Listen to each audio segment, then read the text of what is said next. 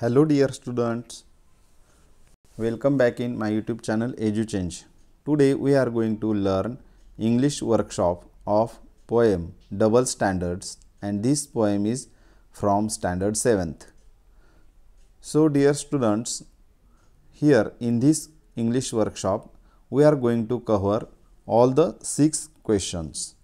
Of them, first, second, third and fourth I will try to give the answers of these questions, but for 5th and 6th questions both questions are in activity form, so I will guide you how to solve those questions. Okay, so first of all I am going to read first question. Here you can see here first question, list all the words that the grown-ups in the poem use for the child. या ठिकाणी तुम्हाला आता इथे list हा शब्द आहे पहा. List म्हणजे तुम्हाला ते लिस्ट करायची, यादी करायची आहे. कशाची? तर ऑल द वर्ड्स. कोणते शब्द? All the words that the grown-ups in the poem use for the child. की ग्रोनअप्स जे आहेत, प्रौढ माणसं जी आहेत, त्या माणसांनी मुलासाठी वापरलेले जे शब्द आहेत त्या शब्दांची तुम्हाला यादी करायची. तर हा एक आज्ञार्थी स्वरूपाचा हा प्रश्न आहे पहा. इथे लिस्ट ऑल द वर्ड्स म्हणजे यादी करा असं तुम्हाला सांगितलं आहे. तर हे ध्यानात घ्यायचं आहे. आता लिस्ट ऑल द वर्ड्स म्हटल्यावर आपण शब्द पाहूयात की मुलासाठी कोणते कोणते शब्द वापरले कवितेमध्ये. एक एक शब्द पाहूया आपण. की पहिला जो शब्द वापरला की ॲडजेक्टिव्ह वापरला थोडक्यात की लेझी. जेव्हा लहान मूल उशिरा उठतं तेव्हा त्याला लेझी असं म्हणतात हे ग्रोनअप्स, आहे का नाही. प्रौढ माणसं म्हणतात खूप लेझी आहे तो. त्यानंतरचा पुढचं ॲडजेक्टिव्ह वापरलं की तो समजा त्याला काही सांगितलं आणि त्याने जर ऐकलं नाही तर मग म्हणतात की हा मुलगा कसा आहे? स्टबर्न आहे. स्टबर्न म्हणजे कसा? तर हट्टी आहे तो. आणि त्याचं स्पेलिंग पण लक्षात घ्या, STUBBORN, स्टबर्न. ठीक आहे, उच्चार लक्षात राहील तुमच्या. त्यानंतर आणखी लहान मुलांना म्हणतात की हा कसा आहे? रूड आहे, उद्धट आहे. RUDE, रूड, उद्धट. थोडक्यात आपण घरातले जे शिष्टाचार असतात किंवा घरातल्या जे वागणुकीचे जे नियम असतात ते आपण पाळत नाहीत. जसं की सावकाश बोलणं, मोठ्यांचा आदर करणं, आवाज उंचावून बोलणं. मग अशा ज्या गोष्टी असतात हे जर याच्यामध्ये जर आपलं योग्य प्रकारचं वागणं आलं नाही लहान मुलांचं तर मग ते म्हणतात की हा मुलगा कसा आहे? रूड आहे, उद्धट आहे. तर हे पण शब्द लिहायचं आहे तुम्ही. त्यानंतर पुढचं आहे की समजा आपल्या हातातून काही निसटलं किंवा आपल्याकडून काही एखादी काचेची वस्तू, बरणी फुटली तर आपल्याला म्हणतात क्लमसी आहे हा मुलगा. क्लमसी म्हणजे वेंधळा थोडक्यात. की सांगितलेलं काम न ऐकताच तो काम करायला लागला तर मग आपल्याकडून अशा चुका होत असतात, म्हणून त्याला म्हटलंय क्लमसी, CLUMSY. आणि आणखी एक शब्द वापरलाय केअरलेस. केअरलेस म्हणजे निष्काळजी वागणारा, की जो काळजीपूर्वक कुठलंही काम करत नाही त्याला म्हणतात केअरलेस, CARELESS. केअर म्हणजे काळजी घेणे आणि केअरलेस म्हणजे तो एक ॲडजेक्टिव्ह बनवलं आहे त्याचं, केअरलेस. हा मुलगा केअरलेस आहे. तर अशा पद्धतीने. त्यानंतर पुढे पाहूया आपण. पुढचा शब्द त्याला वापरतात मुलाला, टेरर. मुलगा कसा आहे? त्रासदायक आहे, वैताग आणणारा आहे, म्हणून त्याला म्हणायचं टेरर आहे. ट्रबल निर्माण करणारा आहे, त्रास निर्माण करणारा आहे, म्हणून त्याला म्हणतात टेरर. तो मुलगा कसा आहे? टेरर आहे. आता ऑन नेक्स्ट पेज या ठिकाणी आणखी शब्द वापरला आहे त्या मुलाला, वाईल्ड आहे, जंगली आहे हा मुलगा, WILD, वाईल्ड, जंगली. आणि दुसरा तो खोडकर आहे, NAUGHTY, नॉटी. नॉटी म्हणजे खोडकर. तर एवढे प्रकारचे म्हणजे 6-7 प्रकारचे शब्द त्या मुलाला वापरलेले आहेत पहा. आता आपण पुढचा प्रश्न पाहूया. वर्कशॉपमध्ये पुढचा प्रश्न दिला आहे पहा. Question number 2, list all the situations described in the poem. तर तुम्हाला आता कवितेमध्ये ज्या ज्या सिच्युएशन्स दिल्या आहेत, सिच्युएशन्स म्हणजे काय? प्रसंग. मग ते कोणते कोणते प्रसंग आहेत ना ते तुम्हाला यादी करायचे आहे. इथे फॉर एक्झाम्पल दिलं आहे वेकिंग अप लेट, की उशिरा उठणे हा एक प्रसंग आहे. आणि मग उशिरा उठण्यामुळे त्याला काय म्हणतात? तो लेझी आहे. मग अशा प्रकारचे कोणते कोणते प्रसंग आपल्याला कवितेत दिलेत आपण ते पाहूयात. इथे पहिलं दिलं, आता इथे ING लावून त्याचा सिच्युएशनला थोडंसं चेंज केलं पहा. इथे वेक अप लेट हा पहिला प्रसंग आहे, परंतु त्याला काय लिहिलं त्यांनी, वेकिंग अप लेट ING. तर अशा पद्धतीने आपण पुढचा सिच्युएशन पाहूया. When I say no to something म्हणजे saying SAYING saying no to something ही सेकंड सिच्युएशन असेल की एखाद्या गोष्टीला नकार देणे. त्यानंतरची situation RAIS raise my voice, तर raising voice RAISING raising voice म्हणजे आवाज उंचावणे किंवा आवाज चढवणे. त्यानंतर breaking something BREAKING breaking something. त्यानंतरची सिच्युएशन काय आहे पहा, आय डू समथिंग रॉंग, तर इथे आपण DOING डुईंग करूया आणि डुईंग समथिंग रॉंग ही पुढची सिच्युएशन झाली, हा पुढचा प्रसंग झाला, डुईंग समथिंग रॉंग काही चुकीचं करणे. ठीक आहे. पुढे इकडच्या कडव्यामध्ये काय दिसतंय पहा, I quarrel with a friend, हे पण एक प्रसंग असतो ना, तर तिथे बदल करून आपण काय म्हणायचं, quarrelling with a friend, quarrelling with a friend. ठीक आहे. त्यानंतर पुढे आय एम ऑलवेज रॉंग, तर इथपर्यंतचे एवढे जे सिच्युएशन्स आहेत ते आपण यादी करून त्या ठिकाणी लिहायचे आहेत. Okay. So now next question, question number 3. Find the antonyms of lazy, rude, firm, careless, wrong. या ठिकाणी 5 शब्द दिलेले आहेत आणि त्या 5ही शब्दांचे अँटोनिम्स तुम्हाला लिहायचे आहेत. चला, अँटोनिम्स म्हणजे काय आपण त्याआधी समजून घेऊया. अँटोनिम्स म्हणजे विरुद्धार्थी शब्द, ज्या शब्दांचा विरुद्ध अर्थ आपल्याला मिळतो त्याला म्हणायचं अँटोनिम्स, आणि अँटोनिम्सच्या विरुद्ध होतं सायनोनिम्स किंवा समानार्थी शब्द.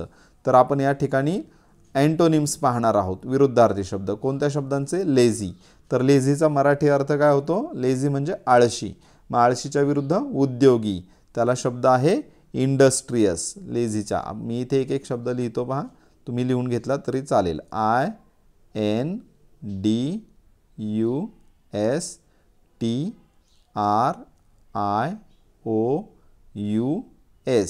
इंडस्ट्रियस म्हणजेच उद्योगी, इंडस्ट्रियस म्हणजे उद्योगी, लेझीच्या अपोजिट वर्ड आहे तो. ठीक आहे. पुढे पाहूया आपण, 1 मिनिट. हां, पुढचा शब्द पहा त्यांनी दिलाय, लेझी नंतर रूड, उद्धट, उद्धट, उद्धटच्या विरुद्ध नम्र, पोलाइट, POLITE पोलाइट. तुम्हाला असं वाटेल या ठिकाणी सरांचा हस्ताक्षर खूपच खराब आहे, परंतु या ठिकाणी आपण टेक्नॉलॉजीचा वापर करत आहे आणि त्या ठिकाणी लिहिण्याचा जो पेन असतो स्टायलस पेन, तर तो आपल्याकडे अजून उपलब्ध नाही आहे, म्हणून आपण सध्या हस्ताक्षर या पद्धतीने येते. तर पोलाइट आपल्याला उत्तर मिळण्याशी मिळते आपल्याला. पुढे फर्म, फर्मच्या अपोजिट शब्द कोणता आहे पहा, फर्म म्हणजे ठाम, फर्म म्हणजे ठाम, एखाद्या विचारावर आपण ठाम असणे. तर त्याच्यासाठी एक हेजिटंट असा एक शब्द आहे की मनाची द्विधावस्था असणारा, आणि दुसरा आहे अनस्टेबल. तर आपण अनस्टेबल घेऊया इथे, UNSTABLE अनस्टेबल म्हणजे स्थिर नसणारा. ठीक आहे, ठाम नसणारा, अनस्टेबल. आता पुढचा शब्द घेऊया, कोणता आहे पुढचा शब्द, फर्म झाल्यानंतर, फर्म नंतर केअरलेस, तर केअरलेस म्हणजे निष्काळजी, आणि केअरफुल FUL केअरफुल म्हणजे काळजी घेणारा. ठीक आहे, काळजीपूर्वक. त्यानंतर रॉंग WRONG रॉंग, आणि रॉंगच्या अपोजिट शब्द काय आहे, राईट RIGHT. आपण म्हणतो ना यू आर राईट, तू बरोबर आहेस, तर ते RIGHT राईट अशा पद्धतीने. ठीक आहे. तर पुढे पाहूया आपण ट्रान्सलेट, क्वेश्चन नंबर 4 पहा. ट्रान्सलेट म्हणजे भाषांतर करा, फॉलोइंग इनटू युअर मदर टंग. मग पुढे दिलेल्या शब्दांचं तुमच्या मदर टंग म्हणजे मातृभाषा, मातृभाषेमध्ये तुम्हाला काय करायचे आहेत ते शब्द अनुवादित करायचे आहेत, भाषांतरित करायचे आहेत. तर आपण एक एक शब्द पाहूया. स्टबर्न म्हणजे हट्टी, त्यानंतर फर्म म्हणजे ठाम, केअरलेस म्हणजे निष्काळजी, हेल्पलेस म्हणजे असहाय्य, मदत कसलीच मदत नसणारा. त्यानंतर क्लम्सी, क्लम्सी म्हणजे वेंधळा. आणि नॉटी, नॉटी म्हणजे खोडकर. ठीक आहे. त्यानंतर आता question number 5, use any one situation in the poem and write 2 short speeches using words and ideas from the poem. तर आता तुम्हाला काय करायचं या ठिकाणी, सिच्युएशन्स तर आपण यादी केलेलीच आहे, त्यातली एखादी सिच्युएशन निवडायची आणि त्या सिच्युएशनला अनुसरून 2 प्रकारचे स्पीच लिहायचे. पहिला ए दिलं त्यांनी, अ speech in which the grown up Scholz the child. पहिलं स्पीच असं लिहायचं, वाक्य असं लिहायचं की ग्रोन अप काय करत आहेत, त्या मुलाला रागवत आहेत, स्कोल्डिंग करत आहेत त्याला. तर त्या अनुषंगाने पहिलं स्पीच लिहायचं. आणि बी स्पीच आहे ते, a speech in which the grown up explains why his her own actions are right. तर तुम्ही तिथे दुसरं जे स्पीच लिहिणार आहात त्यामध्ये ग्रोनअप असं सांगतील की ते का बरोबर आहेत. जसं की आपण पाहिलं की समजा उशिरा उठले तर ग्रोनअप काय म्हणतात, it's the alarm that's crazy, की ती अलार्मची चूक आहे म्हणून मी उशिरा उठलो, असं त्यांचं कारण असतं. तर तुम्हीसुद्धा आता काय करायचं आहे, अशा कारणांची यादी करायची आहे.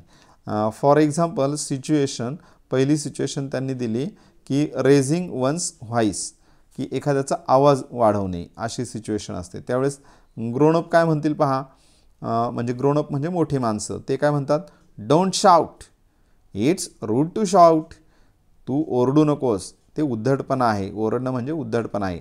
How dare you raise your voice, तू कसं काय धाडस केलंस तुझा आवाज उंचवायचा. इट्स शॉकिंग, ते त्रासदायक आहे. तर अशा पद्धतीने ग्रोनअप ओरडत असतात पहा, एखादा लहान मुलाचा आवाज असेल. आणि ग्रोनअप जेव्हा स्वतःच ओरडतात त्यावेळेस काय म्हणतात पहा, I have told you again and again, मी तुला पुन्हा पुन्हा सांगितलं आहे. You don't listen to me, तू माझं ऐकतच नाहीस. I don't like to shout, मला मोठ्याने ओरडायला आवडत नाही. But you make me shout at you, परंतु तुझ्यासाठी ओरडावं हे तूच मला करायला भाग पाडतोस. अशा पद्धतीने इथे ग्रोनअपचा आणि त्या ग्रोनअपचेच वेगवेगळ्या सिच्युएशनमधले सेंटेन्सेस दिलेले आहेत. असं सिच्युएशन तुम्ही चॉईस करा आणि त्यानंतर तुम्ही काय करा, त्या दृष्टीने स्पीच लिहिण्याचा सराव करा. क्वेश्चन नंबर 6 पहा, form 2 groups and discuss the following statements. तुम्हाला 2 ग्रुप करायचे आहेत आणि डिस्कशन करायचं आहे स्टेटमेंटवर खालच्या. One group should support the statement and the other group should opposite. एक ग्रुप काय करेल, त्याचा सपोर्ट करेल त्या वाक्याचा, त्याची बाजू घेईल त्या वाक्याची. आणि दुसरा जो गट आहे तो काय करेल, त्याला अपोज करेल. म्हणजे त्यांचे सगळे निगेटिव्ह पॉईंट्स असतील त्यांच्याकडे. एकाकडे पॉझिटिव्ह पॉईंट्स असतील एका गटाकडे, दुसऱ्या गटाकडे निगेटिव्ह पॉईंट्स असतील. You may use English or your mother tongue wherever necessary in the discussion. डिस्कशनमध्ये जेव्हा गरज असेल त्यावेळेस तुम्ही इंग्लिशही भाषा वापरू शकता किंवा मराठी भाषाही तुमची वापरू शकता. आता पहा इथे पहिलं दिलं आहे statement 1, a grownup is always right. मग आता एका गटाला असं म्हणावं लागेल की नाही, ग्रोनअप हे खरोखर राईट असतात, ते आपल्याला योग्य ते मार्गदर्शन करत असतात, ते आपल्याला महत्त्वाचे अनुभव देत असतात. So you can use English language also because we are learning English, so that you must have to use first English sentences. Suppose a grown up is always right, a grown up gives us advice, then grown up tells us their experience. Okay, तर त्यांचे अनुभव share करतात. they always teach us to behave. आपल्याला नेहमी वागण्यासाठी ते काय करत असतात, मार्गदर्शन करत असतात, शिकवत असतात. आणि मग त्याच्या अपोजमध्ये जी मुलं असतील ते दुसरं पॉईंट मांडतील की grownups they are always telling us to do something and they are taking rest and they are always give instructions to all of us and so we become bore.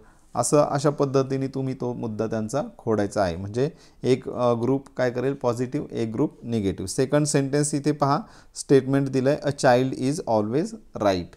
तर मुलं नेहमी बरोबर असतात असं हे वाक्य आहे. तर त्या दृष्टीने तुम्ही पॉझिटिव्ह आणि निगेटिव्ह त्याच्या बाजू त्या 2 ग्रुप्सने मांडायच्या आहेत. So I hope in this session I cleared all the questions and answers from workshop.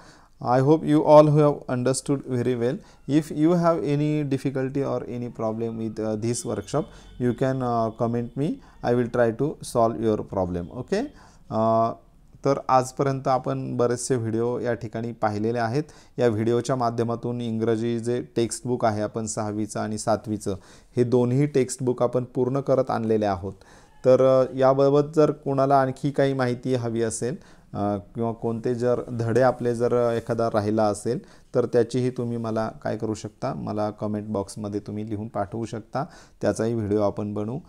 So I am once again I am very thankful to all of you for watching my videos on my YouTube channel EduChange. So thank you all of you. Bye everyone.